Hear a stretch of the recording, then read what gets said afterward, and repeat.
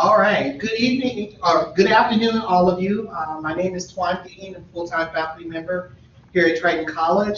I am coming from Triton College. For all of you that don't know, yes, I'm here at Triton presenting today in regards to our topic, anxiety interfering with your students' ability to learn.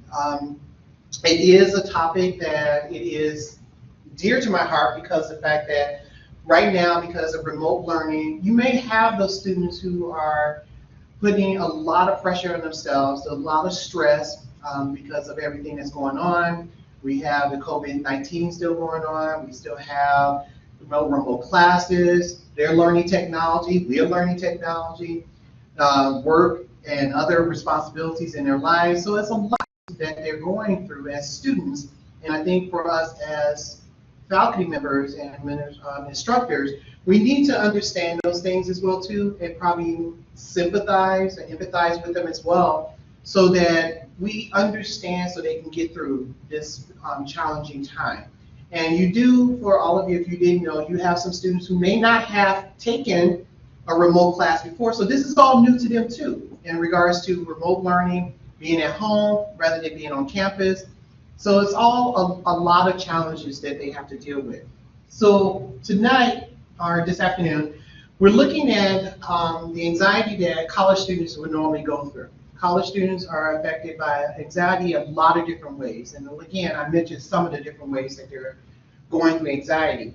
So we have our course work, the course management, their overload that they're doing. And when I mean by the overload, I mean like the other responsibilities that we have within our courses that they have to actually accomplish.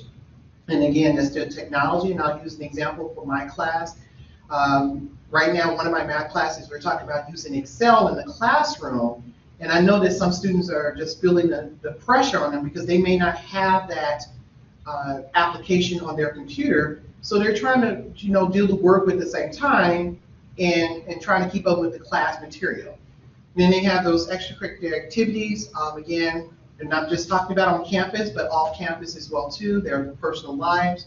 You're looking at their full-time or even part-time jobs, family responsibilities. That's a big one. That is a huge one, especially nowadays because the fact that most students, or all our students, are at home. So they have their responsibilities that they're doing. If they're parents, they're dealing with their children being at home at the same time they're at home. Or if they are taking care of their parents, they're dealing with those responsibilities as well too. You also have students who may be choosing a different career or educational goal. Illness, I've had that this semester as well too. I have one student who just realized after getting tested that she is negative, and now she has to deal with that for COVID-19. And then last but not least, the social and cultural demands. Now, I want to say for all of you, the social and cultural demands may be different for all of us because based on our social and economical statuses that we have, but then also our cultural differences as well too. And we have a array of cultural experiences on campus, and so those students may have to deal with those different demands that they have within their cultural aspects of their lives that they bring into campus, they're bringing with them to the classroom. It may cause a lot more anxiety. I'll give you an example. You have students who are transitioning from the ESL, or English as a second language, still learning how to communicate in English, and we're using vocabulary because we're at the college level. Now they're feeling that anxiety among themselves of saying, well, I may not understand what they're talking about, or they may not want to ask questions in class because they don't want to feel in the spotlight, as I would say, of not knowing. Because when you look at a person, you don't know if they are an ESL student, you don't know if they have a learning disability, you don't know if they have any and all the things that can wrap up in these lists that we call our anxiety for our college students. And those students that we have in the classroom do not want to feel the same way, nor do they want that information broadcast. So therefore, they hold it inside, and hopefully, not saying that it is hopeful, they're hopeful that we may see that and try to reach out and help them with that. So today's workshop for all of you is all about how to deal with those students that come approaching that anxiety or stress level in your classroom and how to reach out to them, but also maybe recommend those additional resources that we have on campus that will help as well too. So some of the things that by research, and this is again a lot of research that was made on symptoms of anxiety. And for college students, for all of you, the major concern of anxiety is all this negative effect that they have within their academic performance. Now remember, you do have students who, this is their first time at the college level. We have our first generational students that are still coming in as well too. We have students that are coming back from months or years of being out of school and now coming back as well too. And then you have those students who, this is number one on the list, that this is their first college experience. And now they have to deal with all these different things within the classroom and also deal with how to be a college student at the same time. So by research, in, like I said, Copper and Brownwell in 2020 stated that 22 or 62% of students seeking counseling because they don't know how to actually deal with the anxiety and all these things that we have that deal with academics and their performance in the classroom. 70% of the students report that they're overwhelmed with all the responsibilities, not only just the coursework, but other responsibilities outside their course itself. You know, like I said, their family, the illnesses, children, parents, and etc. 22% after research stated that they needed professional treatment. That means that we as educators may not be that person that they want to speak to, but they may need the counseling or outside resource like a doctor or psychology that would actually sit down and talk with them and see what's going on as well too. And I found a mistype. It says 27, it's supposed to be 27.4% of college students stated that anxiety does affect their performance.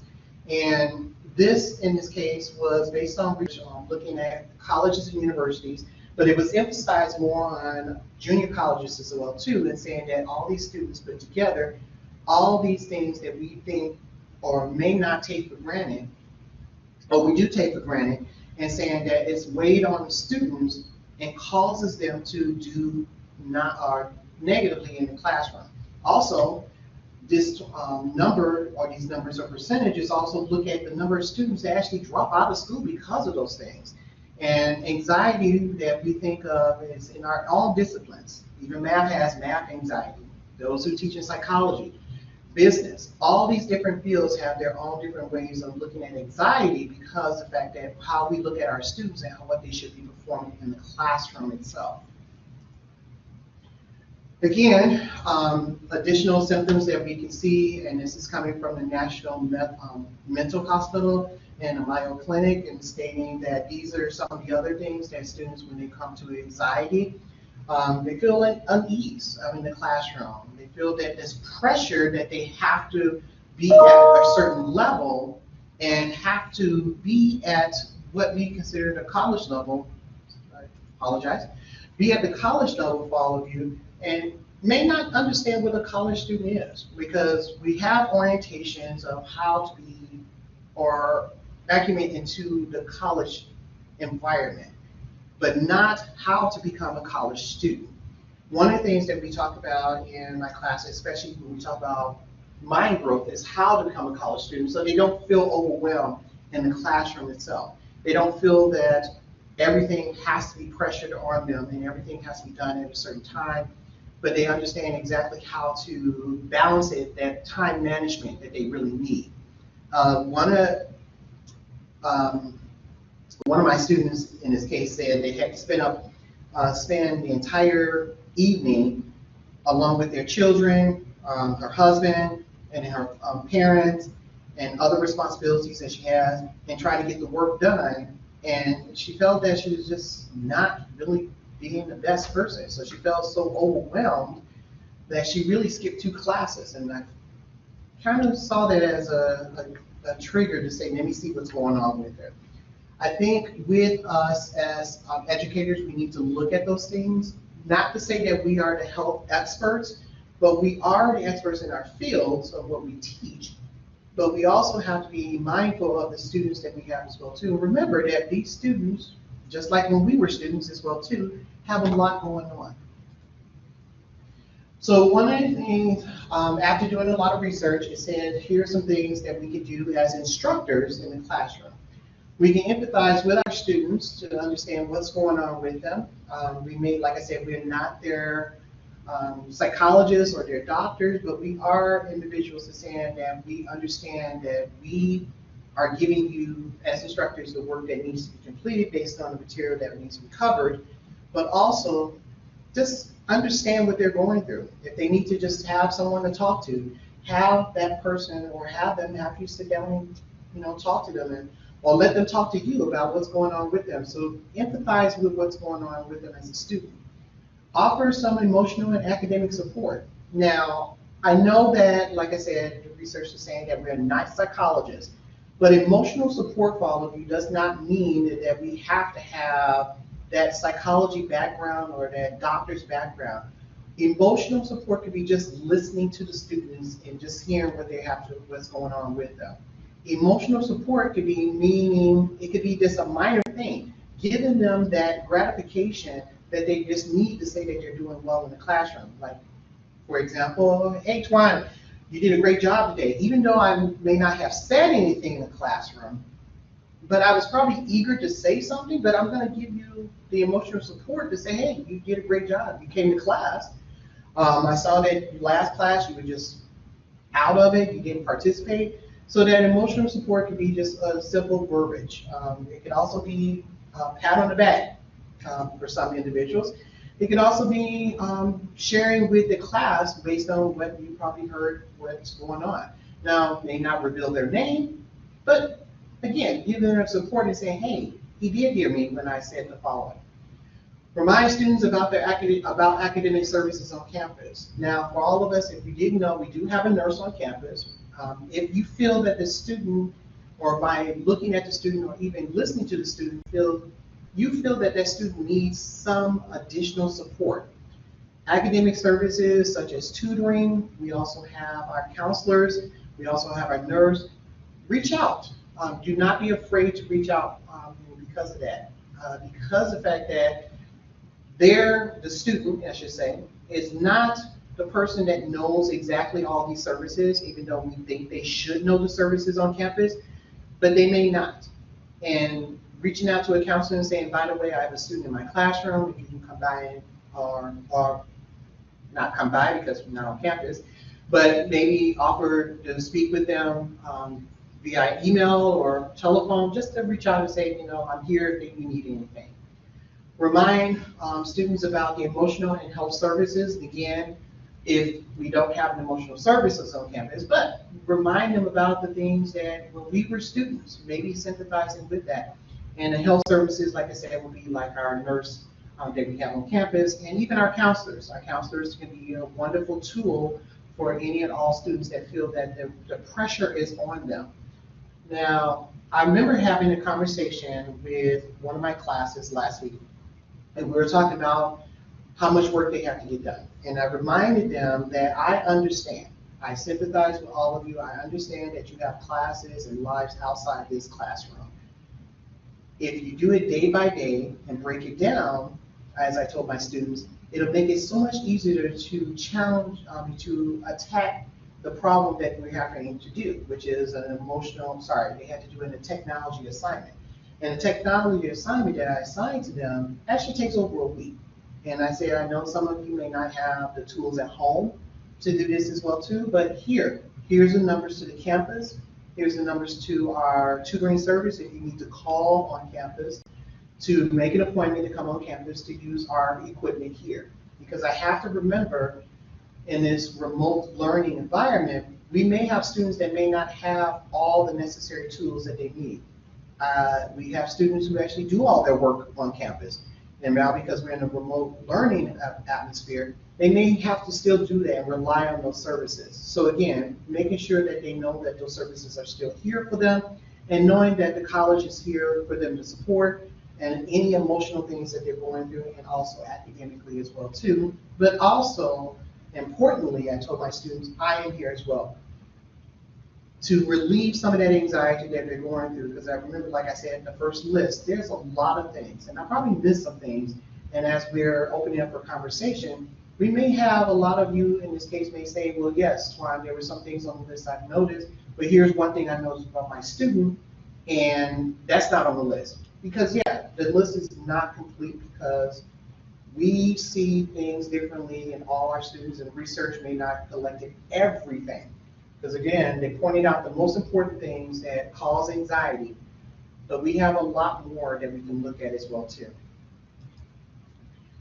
Some additional supports, treatments for anxiety, ensure all students that they belong in the academic environment. I know most of you have probably attended some of our presentations about having students a sense of belonging, and especially our speaker when we had our professional development, who talked about that, and then especially in her book that I read, and talked about having students belong in this academic environment. That is a great way to relieve and support students who are going through anxiety, because students who go through that feel that they're not part of the community, they're not part of the classroom, they feel like they're going through this by themselves. So if you have them in the sense of ensuring that they're not alone, which we have a lot of signs out there that saying we're in this together, but sometimes they may just need to hear that. They're saying that we are in this together. We're here to support you, and we're here to make sure that you can get through this environment or cultural or academic environment that we're going through, which is remote learning. I love this one, make learning fun. A lot of times what relieves anxiety is having a fun time in class. I know most of you will probably laugh and say, well, yeah, all my classes are fun. And some of you may say, well, yeah, I try to, but because of the discipline of teaching, it may not be what we or the student consider fun, but it's fun in the sense of the learning. Yes, there are a lot of research out there that says if you make the classroom fun for students to learn by using active activities, using collaboration within the classroom, or having them to use all these different techniques that we have, speaking, talking, thinking out loud, collaboration, active learning, projects, all these different things that we have, that relieves a little bit of anxiety for students as well too, so they don't feel like there's always the pressure on them to live up to their expectations of A, the instructor, B, the institution, and then C, their own expectations, because sometimes they're fighting with their expectations or their own expectations in the classroom because they want to do well. Sometimes it just doesn't work out that way. Create group work or activities to establish relationships. This is a great way to help students with anxiety in the classroom. Sometimes meeting with others, their peers, to see that what they're going through helps as well too. And I remember reading one research by Dr. Cooper, who stated, not our Cooper on campus, but Dr. Cooper, and this was in 2018, stated that reading and working together as a group will help students to understand that they're not alone in the situations that they're going through. And it gives them an opportunity to discuss with each other openly what they couldn't do with you as the instructor. Allow students to make mistakes, respond with incorrect answers. Yes, a lot of us will maybe say that we do allow students to make mistakes in the classroom. I know in math we do. And we tell students learning to make a mistake or doing a mistake actually is a great way of learning how to correct what you're doing. Other disciplines may not see that. And I'm not saying that all of us are like that. Please do not take that in offense to all of you.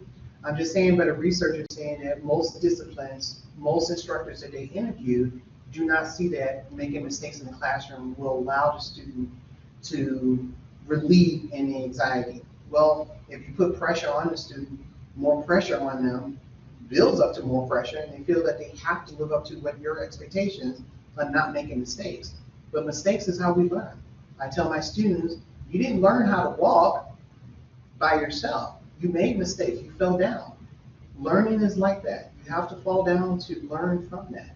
And I want them to feel comfortable in making those mistakes because I use the example of Albert Einstein, who stated that he made mistakes. If he didn't make mistakes, he would have never learned how to do what he's doing today.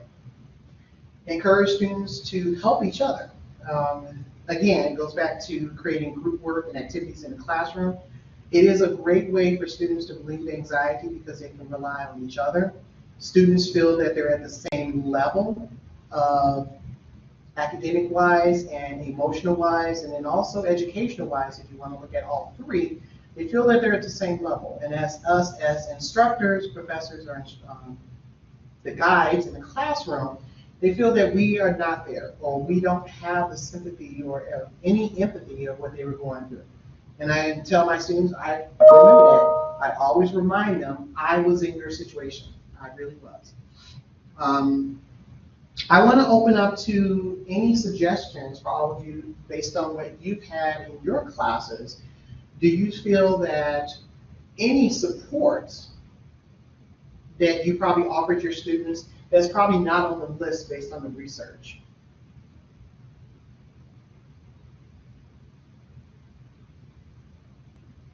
Part of this would also be for CAS students also. Say it again, Michael. Some of this, if they're very anxious, we might have to wonder if they should also be consulting with the CAS office. Well, if that's a tricky thing, because you don't want to put a student in a position where he or she may not be part of our CAS program. It may just be something internally that they're dealing with, because CAS, which is our Center for Access and Accommodation, they actually will monitor and interview their students to make sure they should be in the program.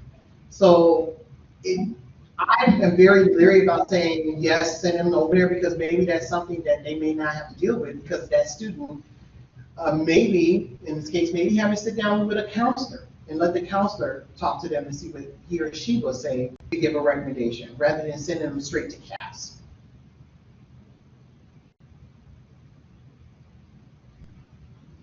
Yes, Maura?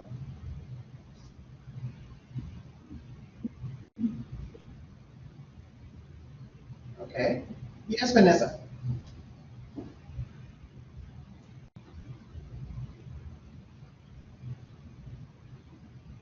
Oh. Can you hear me? No, we can't hear you, Vanessa. I see your mic is on. I can hear you, Tuan. Oh. Vanessa said she can't. Can we hear her? We can't hear Vanessa. Yeah, her microphone is on. Yeah. Okay. Moreau, did you want to say something? Yes, yes. I reached out to one of my students this morning, and she spoke out. She spoke up, and she said that, I'm just overwhelmed. I'm working a full-time job, and I have 3 classes, and that I'm just trying to sort all this out. And I told her, please, go to Blackboard. I'm going to put everything on Blackboard, and I've said it over and over again. But I now I can feel her excitement. I can feel her stress, because she feels overwhelmed, and I want to figure out a way to just reach out to her to let her know that we're doing all we can. I'm doing all I can to direct her for these assignments and to do them well. And but that's just one. Some of the other students, they won't even speak up. So I always call on them. I call on them and ask them, well, what do you think about this stuff? After we've gone through it, I've had PowerPoint. What do you think about what's going on, and what does this mean to you, and so forth? So to try to get them to open up more. And that's just one class afternoon class or my evening class that I'm going to meet with at 6 o'clock, they are all in. They are all in, and they're excited about what's going on, even in this environment.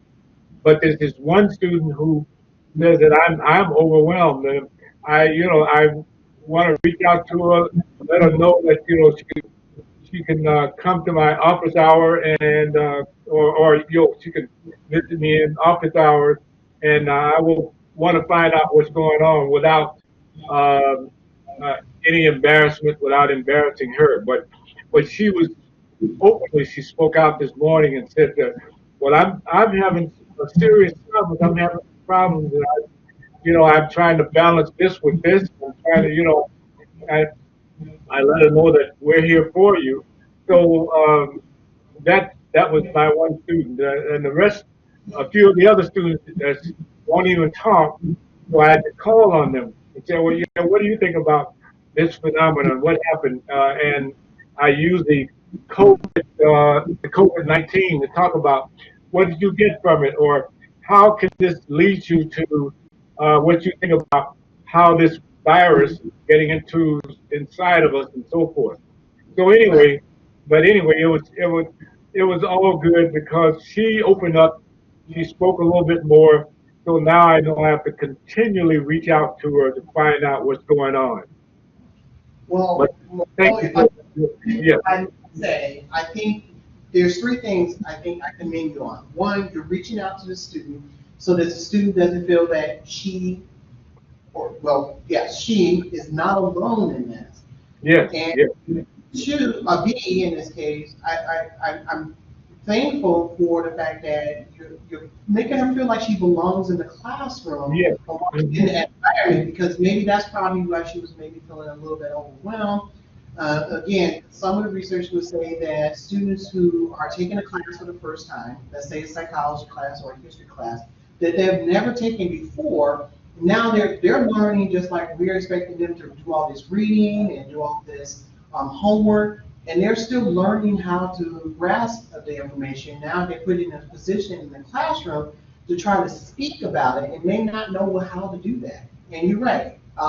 With the last one, C, is that you acknowledge all the things that's going on in her life and saying, yes, you can get through this, and how it can not hinder the student from doing anything, but help her and aid the student in Sure, becoming, and socially in the environment. And using COVID-19, I think that's applaudable because it is what is going through and what students are going, what we're all going through right now. And again, it's relating to what the students are going through as a professor, so the students understand, that, yeah, we're teaching the disciplines that we're doing, but we understand it's a lot. We're learning, technology. Like I said, some students are still learning how to use their technology. sure. They're using their phones. There are students who are using other people's devices just to get through the course, and or they may be going outside their homes to maybe come to the institution or go to the public library if they can, to use the equipment to actually get the assignments or the activities completed. So I commend you for reaching out to the student and noticing, and I commend the student who is saying, Professor, this is what's going on with me.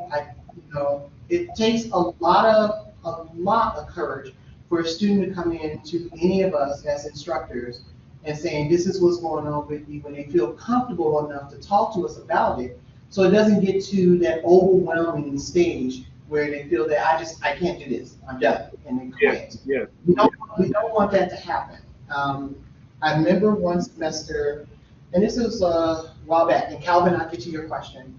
I had a student, I noticed that, her in the classroom, and this is when we were all in the classroom, her appearance changed a little bit. She also started withdrawing from the class a lot. She didn't ask a lot of questions. And I remember going to her after class, make sure no one was in class with me, and I said, I noticed you haven't been participating. Is there anything up or wrong with you? Or is there anything that I can help you with? Maybe it's getting a little hard. She's like, no. She just said no. And I'm like, this is unlike her to not be communicative. and not talk to me as much. So I waited another class session and asked her again. And I reached out, and I think it was because me reaching out and showing that I care that her anxiety came down, her wall of anxiety, I should say, came down a little bit so she can open up and say, this is what's going on with me. And it was a lot. It was family, some things happening on with her family. Her other classes, one of her instructors, she said, because we're all colleagues, so she said, she didn't want to say anything bad. That's fine. I said, you don't have to say a person's name, just let me know what's going on and maybe I can help. And that's when I reached out to a counselor so that the counselor can speak with her even more in depth. And it just happened that I called the counselor, we were still in the classroom. The counselor came over and spoke to her. I stepped outside and she really opened up. I think at the time, if I didn't pay attention to those signals of her emotion, her appearance, and then also her really outgoing personality just dropped. If I really didn't pay attention to those, I probably would have never noticed the things that were going on with her, that anxiety wall, as I call it, that was building up and building up and building up and building up, and she felt that she was the only one in the world that she was going through. The only person that was going through this. She was the only person that she can rely on. And she didn't know that we had help. She just didn't know that. Calvin, sorry about that. Thank you, Laura. Yes, Calvin. I'm good now. I was going to ask about how do you deal with a student who approaches you and says they are experiencing anxiety based on the other classes that they are taking on campus. But I think I was able to glean from that is, talk to them, let them know you care, and then need to get the counselor involved, get them involved. I just had initial concerns that, it seemed like it came up only the time when a paper was due. They started talking about all the other classes that they're taking. Initially, it caught me off guard, like other classes you're taking. But, as I try to be sympathetic to the student, I can look at it from another approach. So. And you're right. And I get that sometimes when I'm assigning a paper for my classes. I know it's weird, but I have this all the time. And students say, "Who writes in math?" Right. And at the time, because of what I was asking, the criteria for what they would have to do in the paper, they just, it was like, oh my God, this is so much work. We never had to do this before. And, and I understood that. And I think when we sat down in one of the classes, and I think maybe this will help too, so that the student doesn't feel like they're the only one. I actually brought up in the entire class. I didn't reveal anyone's name. I said, I heard some of you in conversation saying that, the paper is this and that. Let's talk about it. Let's talk about it as a class. And that's when most people are like, Professor, I never had to write a paper like this before. And then I think when they hear their peers talk about it, it makes them a little more at ease because they're not feeling that they're the only one. Okay. So if you bring it up in a general conversation, maybe that can help a little bit. But then also it'll help the student to understand that there's others in the classroom that are going through it. And maybe, just maybe, they'll take the initiative and encourage others to say, you know what, Tuan, hey, Professor Calvin, I have him too, and we're going through this, let's work together, because he assigned a paper to our class too, and oh my God, it was just like this. Maybe they'll take that opportunity to work with each other and maybe open up a little bit more and feel like, okay, now I'm not the only one doing this. And also, maybe encourage to work in little groups in this case, to talk about maybe how to approach the paper, because maybe that could be another thing too, that sometimes students, we give them these topics to write on, but they may not know how to approach it. Right. We have some colleagues, and I won't mention names because you hear students talk about this. We have some colleagues who teach, we're at a junior college level, the first 2 years. They're teaching it like they're juniors and seniors, and they're not there yet. So now those students feel so much pressure on their shoulders. They don't know who to go to, and the instructor, our colleague, doesn't know how to, break it down so that the students don't withdraw from the class or even drop out of the college, because they feel that, hey, if he's doing it, then my other class is going to do it. I'm not going to keep doing this. But if we understand and have that empathy, we understand what they're going through and remember what we went through as students as well too, and maybe relate to them in that scenarios or the scenarios that they're going through, maybe it'll bring it down just a little bit. Because like I said, for my class, yeah, it worked out when we talked about the paper, because I was like, I hear some of you saying the paper this and paper that, and it was really one person.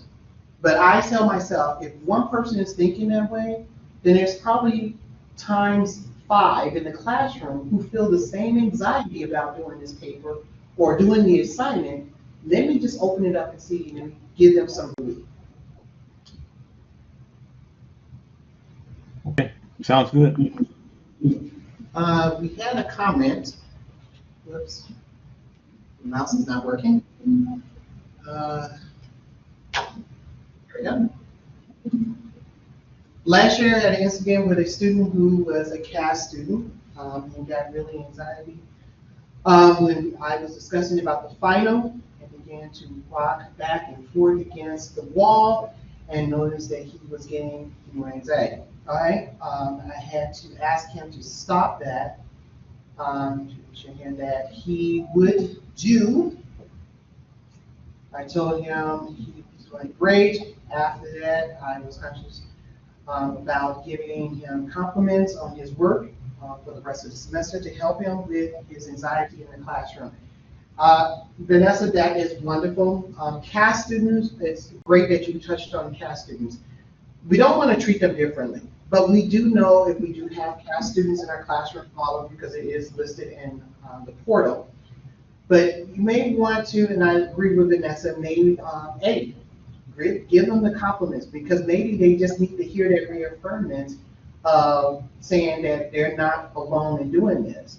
And then B, maybe not, put them in the spotlight either, but like I said, I open up to the entire class and say that, yeah, one person's going through this, maybe others.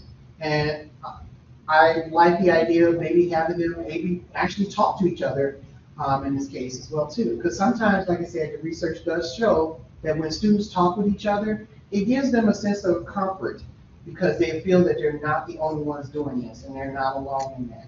In fact, for all of you, it brings up the research that says what students recommend that we do in the classroom to help with their anxiety. One, use more technology responders so that they don't feel like they have to be pressured to answer the questions. And if they don't know the answer, we have colleagues who actually do this and say, you're wrong, or, oh, Billy, yeah, or they'll say some other negative words. But use technology just so that they be comfortable enough, because right now, we're all in a technology world. So they're comfortable behind their computers. They're comfortable in their own home. They don't feel that anxiety like we would do in the classroom when they're around others. Students also recommended doing group work. I like that because, yeah, it gives them an opportunity to talk with each other and exchange different ideas and concepts of how to approach different things that we're doing. I know some of us don't like this one, but it says stop calling on students that do not volunteer. Yeah, a lot of our students don't like that either, and it causes more anxiety because now they're put in that spotlight that they have to know the answer, and if they don't know the answer, now they have their colleagues looking at them, and I joke at that. I do this in a joking way in my classroom and say that I'm putting the spotlight. Hey, not that I don't know the answer. Everyone's looking at me like, oh my God, he doesn't know the answer. So I always turn it on me as the instructor and say, I don't know all the answers either, but I'm just going to give you what I think is close to, and maybe someone will help me out. And I use those words, maybe someone will help me out, so that they'll feel comfortable enough. Use more think out loud activities. Now, again, these are students' recommendations that's based on the research and saying that some students actually like this, so they just don't feel like they're the only ones. Reduce the amount of homework. I know, we're all going to say, well, we don't really give a lot of homework. Well, it depends on the class, and again, you have to take this as not in our own, and don't take this offense to any of all of us in what we're teaching.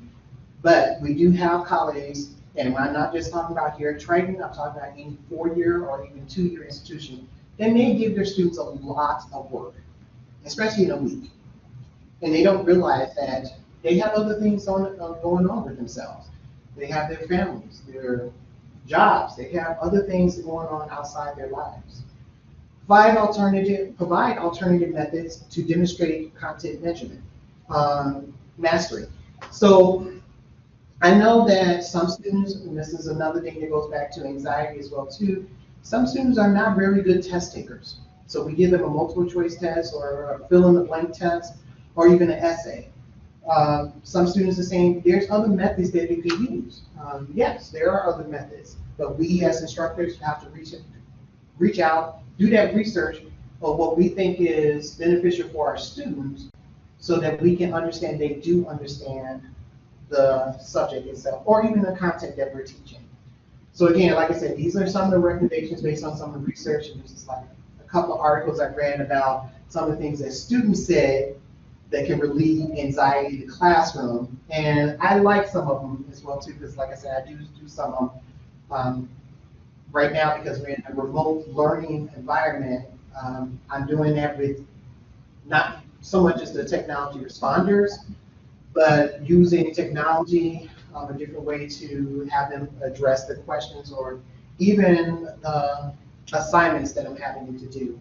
And again, all of us have different things that we can do in the classroom, but we just have to, I just want you all to take away and saying three things. One, let's be very aware of our students that we have, even if we only hear their voices, or if we do see them, or if we see them by video. Let's be aware of the things that they're doing and see if there is any of these anxiety tips or clues that we see in our students so we can help them a little bit. And two, take away from this presentation that they have or we have resources for them. Even if it's not ourselves, we have counselors, we have nurses, we have peers, even if they need to speak to someone on their own level.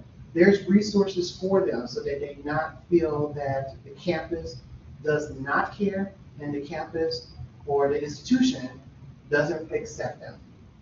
And last but not least, try something different in your classrooms.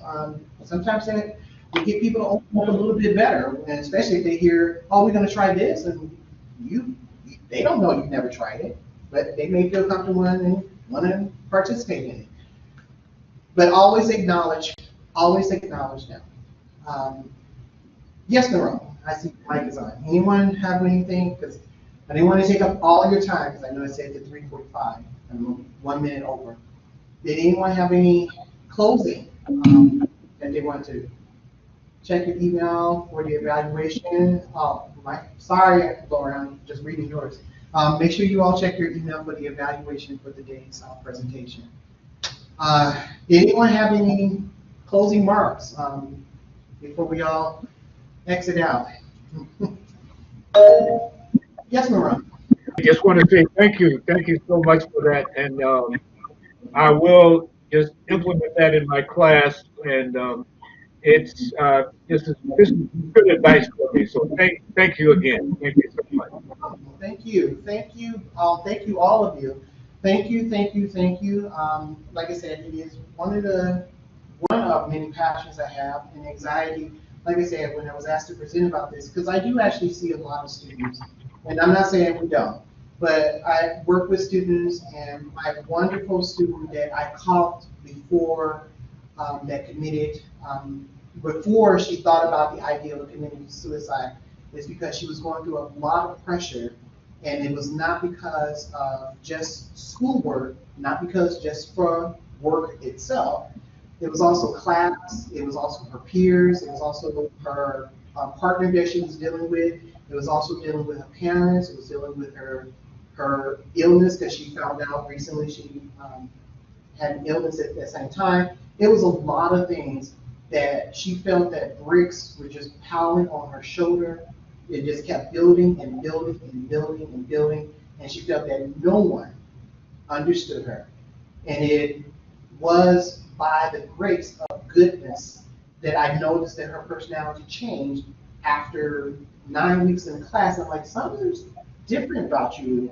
You're not responding as much, you're not talking, you come to class, you stand off a little bit, you don't really communicate in the group. It was just a lot of things, and I guess if I didn't notice those things, then I probably would never have seen her walk across the stage 2 years later, when she realized that we did have the emotional support on campus that probably referred to her off campus so that she can get that. And a lot of times anxiety, as we think about it, it is for students, and I remember going through it too. I tell students I remember going through it as well too. It just feels like that whole brick is on your shoulder and you just don't know how to push it off, using the analogy, because you feel that no one understands it, no one will get you, no one's going to sympathize with you, no one. And that's the biggest thing that students, when they go through anxiety, feel that no one understands them. And we want to, we really do. And I think if we notice those things and communicate with them, and hopefully not put them in the spotlight per se, that it will open up, they will open up. And we'll catch those students and maybe they'll stay with the college, go on to their four-year institution, graduate, and come back and say, yep, if it wasn't for you down there at Washington, I would have never got through this course. So again, thank you all. Stay safe out there. And I turn it over to Laura. It's all yours.